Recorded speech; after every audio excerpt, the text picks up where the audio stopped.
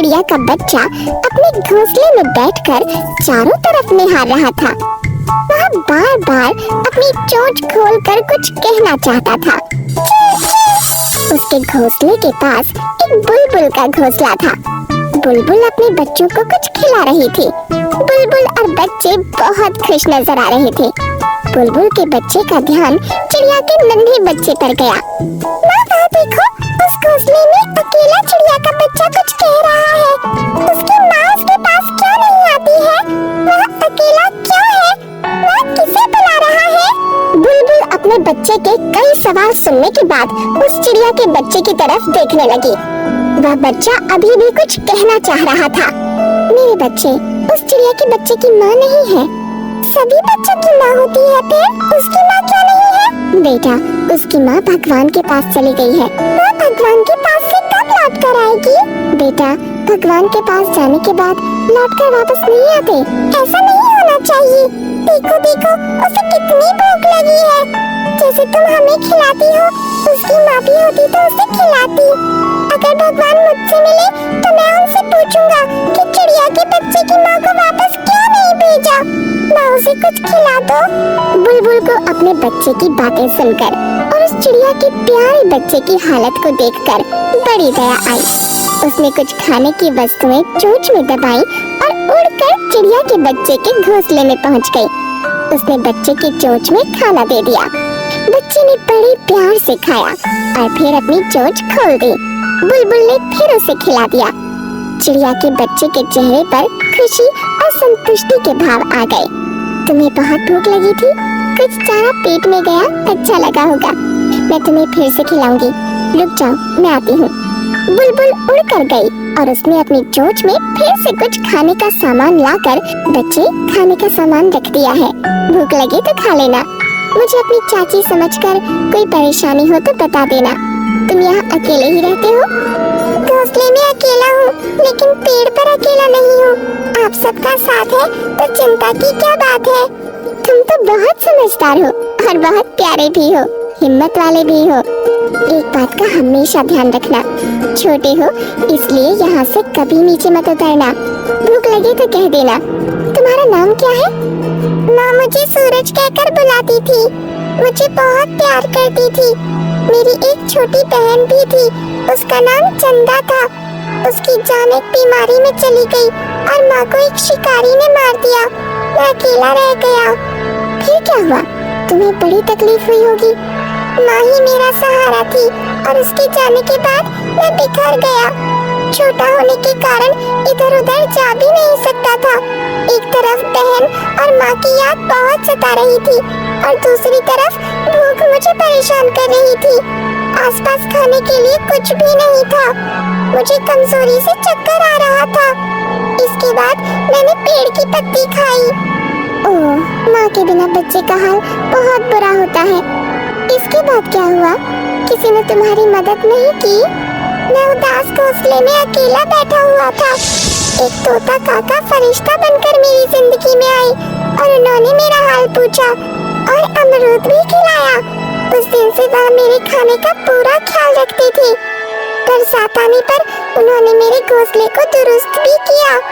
इसके बाद मेरी बदकिस्मती से उन्हें भी एक शिकारी ने पिंजरे में कैद कर लिया और फिर मैं अकेला हो गया। आपने मेरी मदद की और खाना खिलाया, बहुत अच्छा लगा। मैं भगवान से प्रार्थना करता हूँ कि आपको हमेशा सही सलामत रखे। सूरज बेटा, अब अपने आप को अकेला मत समझो। मैं तुम्हारा पूरा ख्याल रखूंगी। मैं जा रही हूँ खाने की तलाश में। अपना ध्यान रखना। ठीक है चाची।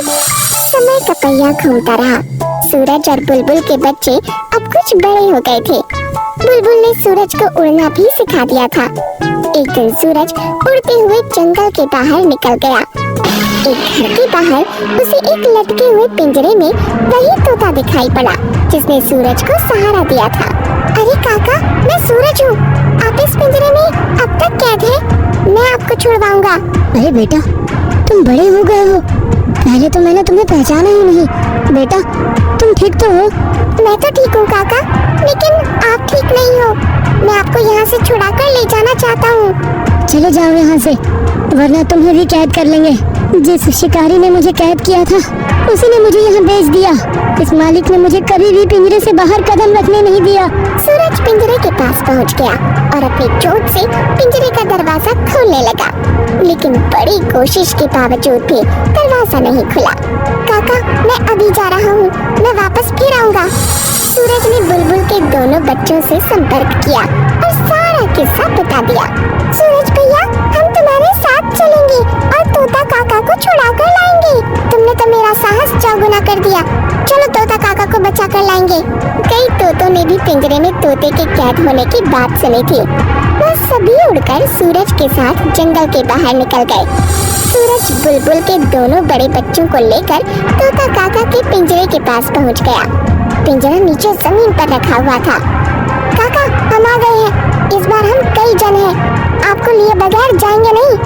उन तीनों ने मिलकर पिंजरे का दरवाजा खोल दिया और तोता काका बाहर आ गए। वे चारों खुश हो गए, लेकिन अचानक उनकी खुशी समाप्त हो गई। एक बड़ा सा कपड़ा उनके ऊपर एक बच्चे ने डाल दिया।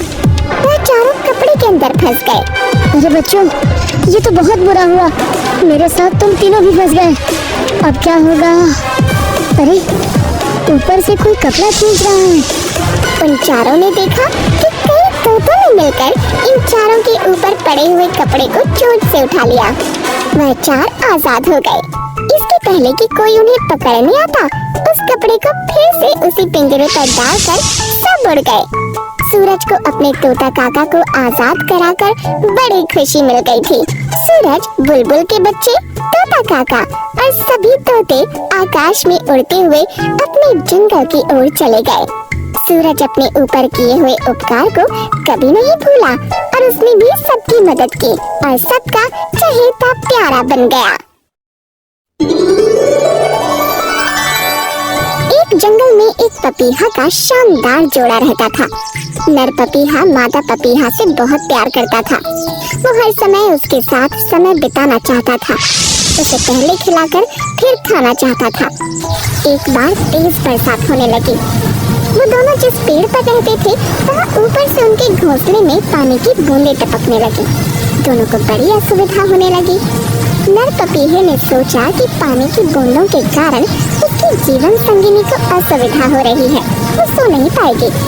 उसने झट से अपने पंख मादा पपीहे के ऊपर फैला दिए और स्वयं भीगता रहा, लेकिन अपनी प्रियतमा को भीगने से बचा लिया। मादा पपीहा आराम से सो गई। रात भर नर पपीहा जागता रहा। सवेरे उठने के बाद मादा पपीहे ने जब नर पपीहे की वह स्थिति देखी तो उसे बड़ा आश्चर्य हुआ। उसने फिर भी अपने जीवन साथी को आजमाना चाहा। प्रियतम, अब बदल तो नहीं जाओगे? ज़मा बदले क्षमा बदले, जमाने की हवा बदले, अगर तुमसे जरा बदलूं, मेरा मुझसे खुदा बदले। मादा पपीहे ने तुरंत अगला प्रश्न कर दिया। आप मुझे छोड़कर कभी चले तो नहीं जाओगे? कैसी बातें कर रही हो प्रिय? जब तक मेरे शरीर में जान है, मैं तुम्हें छोड़कर कभी नहीं जा सकता। मुझे डर लगता है, अगर तुमने मेरा दामन छोड़ दिया तो मैं जी नहीं पाऊंगी। ये सुनकर पपीहे की आंखों में आंसू आ गए। वो उसी समय पेड़ के पीछे चला गया और जब लौट कर आया तब उसके दोनों पंख कटे हुए थे। लो, अब मेरे पंख ही नहीं रह गए हैं, इसलिए मैं उड़कर कहीं नहीं जाऊंगा। कुछ दिन बीत गए। एक भयानक तूफान आने का अंदेशा हो गया। मादा पपीहा उसके खतरे से डर गई। ये आने वाला तूफान तो बहुत डरावना दिख रहा है। हमें यहाँ से किसी सुरक्षित स्थान पर जाना चाहिए। प्रिय, मैं तो उड़ नहीं पाऊंगा, लेकिन तुम्हारे तो पंख सही सलामत है। तुम उड़ सकती हो और जा सकती हो। मुझे बड़ा डर लग रहा है, मुझे जाना चाहिए। आप अपना ख्याल रखना।